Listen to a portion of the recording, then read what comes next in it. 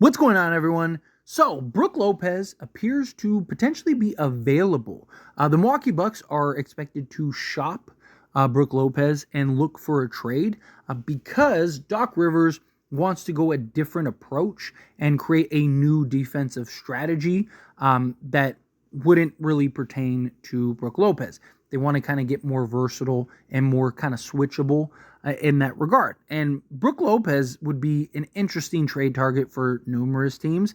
Also, it'd be kind of interesting to see Milwaukee kind of trade Brook Lopez, given that he has been so good on both sides of the ball for them and has kind of been a real big integral piece for them as well.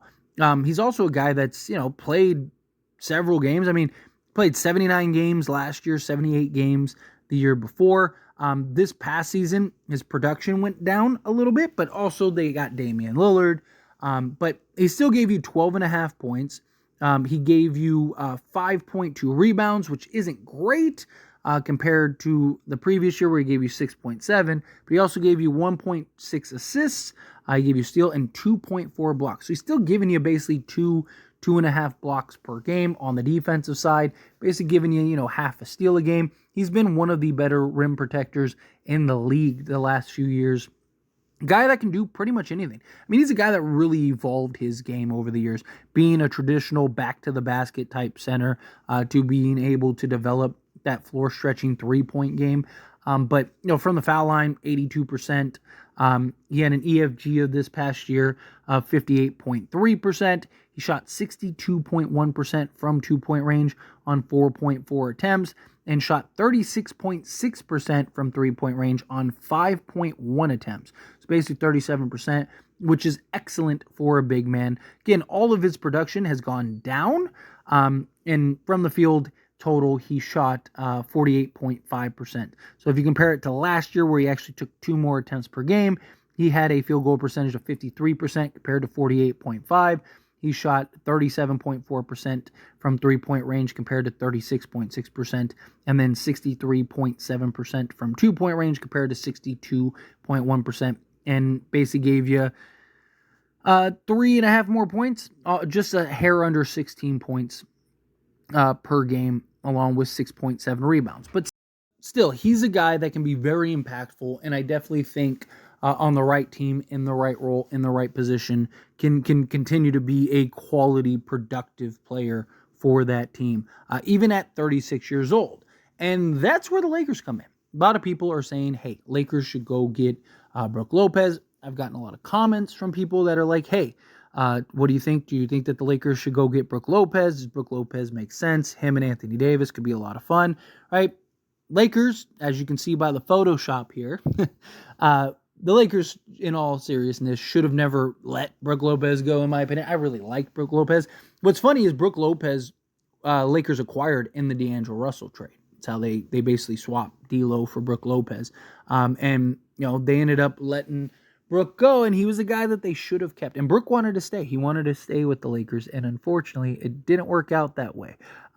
But nonetheless, Brook Lopez, like I said, he is a one of the few centers to really change and adapt to the modern times, for a guy that especially had been in the league during a time where his original skill set was excellent, right? Back in 2008, 2009, when he came in the league, this is a guy that was his original skill set of being back to the basket, being able to be a bucket, was incredibly valuable. And I mean, this is a guy that, for his career, he's 16 points, but he had a long stretch where he was basically a lock for a 20 and 10 guy, right? And he's a guy that I think could get back to being that kind of 20 and 8 guy. No, he's not an excellent rebounder for his size, right? But he also plays a lot away from the basket, right? So, the offensive rebounds aren't there compared to a lot of the other centers, because he's basically been primarily used as that three-point threat, especially alongside Giannis in his lack of shooting ability. Having Brook Lopez be able to kind of stretch the floor, bring out the big, goes a long way. Well, Lakers, they have Anthony Davis. They have LeBron James, two guys that could go and just kind of get to the basket.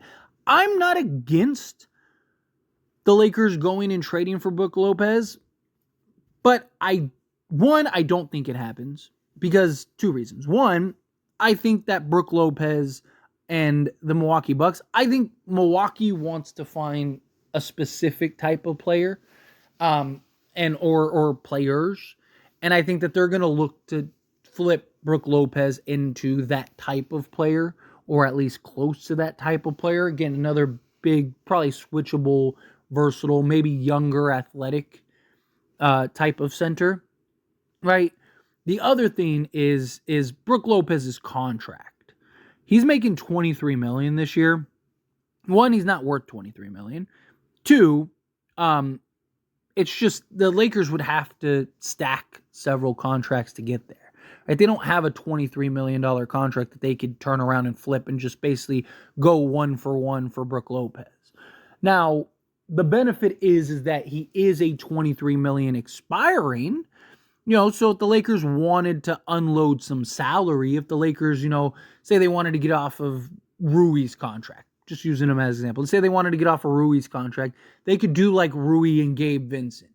Right? Let's say they wanted to get off of those two guys. They could do Rui and Gabe Vincent for Brook Lopez and maybe something else, right?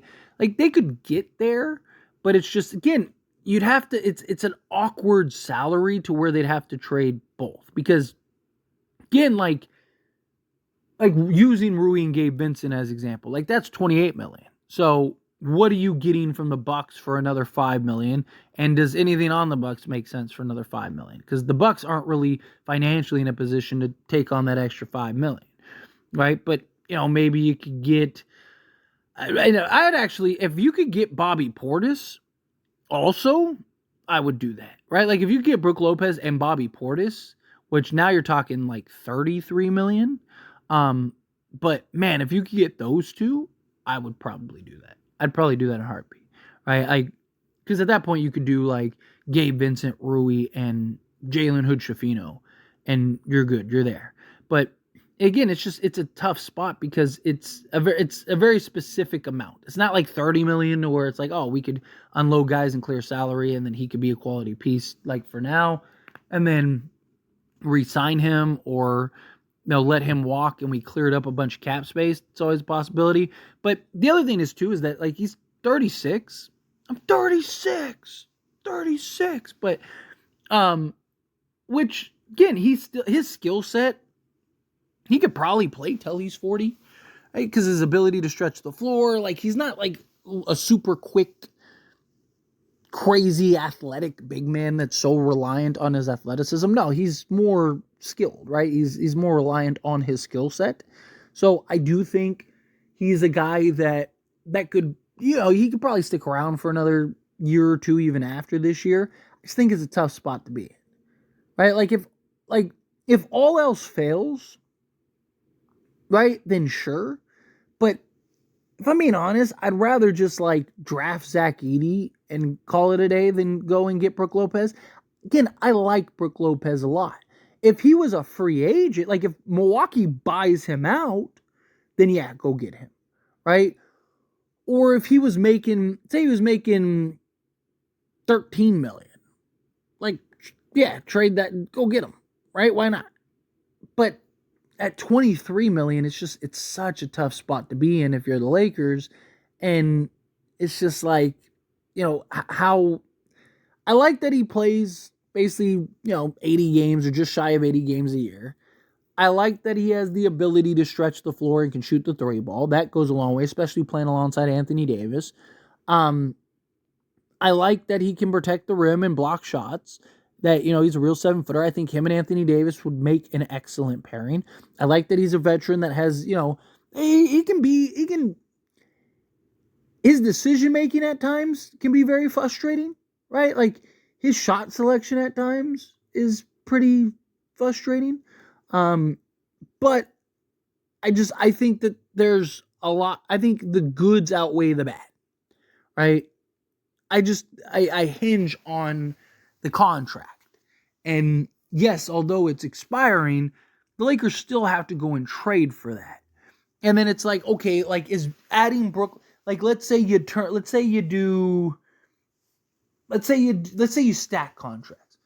Let's say that they were willing to take on D'Lo, right? Like you could stack D'Lo, Jalen Hood Schifino and like, a Christian Wood or something like that and basically get there. Sure. Okay. But like, again, it's like you need more than that. So now, like, what else are you trading? Like, is Brook Lopez the missing piece? Like, if we were a piece away, if it's like, man, we were Brook Lopez away from winning a chip, then sure, go get him. But like, I like Brook Lopez. I just think that the ship has kind of sailed on him. I'd rather go younger. I'd rather, again, go get a Zach Edey or sign a Valanciunas on the taxpayer mid level, or bring in an Andre Drummond or something like that. Like, Brook Lopez would be like my break glass in case of emergency. I might even rather take on like a Clint Capella in like an Atlanta Hawks trade or something than that. Just because, again, like, Clint Capella, again, is another expiring contract. He's also slightly cheaper, and he'd kind of be a throw-in rather than like the main trade target. But, I'm all for Brook Lopez. I just think it's very unlikely. But anyway, as always, this is a discussion, so I pass the question on you. Let me know your thoughts and opinions down in the comments below. What do you think? How do you feel? What are your thoughts? Do you think, like, hey, whatever you have to do, go get Brook Lopez? Do you think no, stay away from Brook Lopez, right? For all the things that I highlighted, or are there other reasons that maybe I didn't highlight or that I maybe forgot? Again, however you feel, whatever your thoughts are, I'd love to hear it. So let me know down in the comments below. That being said, if you haven't liked this video, hit that like button. Helps me a lot as we enjoy these types of videos, and I truly appreciate it. Not subscribe to the channel, hit that subscribe button. Turn on the bell notifications. Appreciate y'all. See you in the next one. Thank you.